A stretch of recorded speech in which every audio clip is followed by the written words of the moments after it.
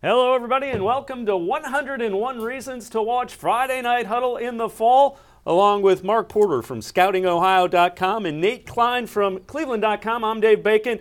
Guys, 101 Reasons, it's the players. Let's take a look at some of the quarterbacks who will be dominating Ohio this year, and we'll begin with a guy that really started and filled in for St. Xavier and allowed them to win a state championship in Division I a year ago, Chase Wolfe. Yeah, that program always produces quarterbacks, and you're right, he was injured for a little bit, had to take some time to get it. The guy in front of him is headed to Penn State last year, so can you believe two Big Ten quarterbacks on the same roster?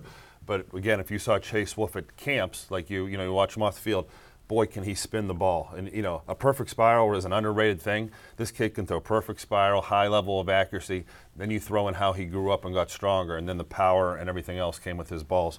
Probably the best quarterback in Ohio this year, but there's a couple other guys that are a close second when it comes to that talent. Nate, we talk about some Northeast Ohio guys, and Jaden Cunningham from University School, maybe a little bit under the radar, even in Northeast Ohio, threw for over 2,300 yards a season ago. I think what really helped his case was during the playoffs, as far as the Preppers went in that.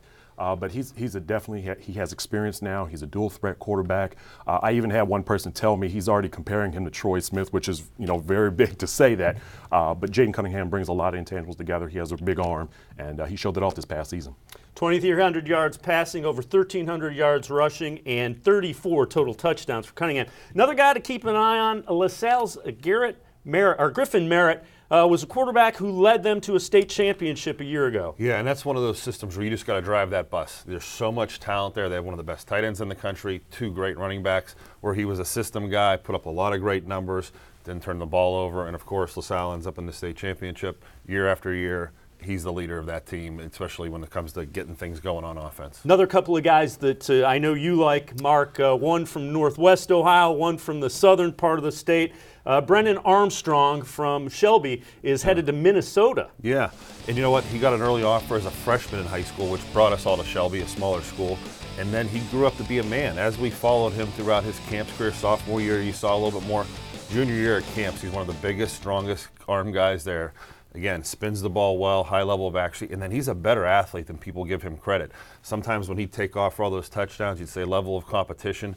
He destroyed the level of competition with his legs. That's why he's a Big Ten quarterback right now. P.J. Fleck, of course, at Minnesota, so a guy that had some success at Western Michigan. You talk about Jay Volpenheim. I know you like him a lot from Anderson. Yeah, he was one of my highest-rated quarterbacks, and not because of the yards and all the touchdowns, which he had a ton of them, but the ball jumps off his hand, and that's what you look for as a scout. You want to see that ball high velocity, and again, repeated level of accuracy. He had some nice targets, a tight end that would go down the field for him.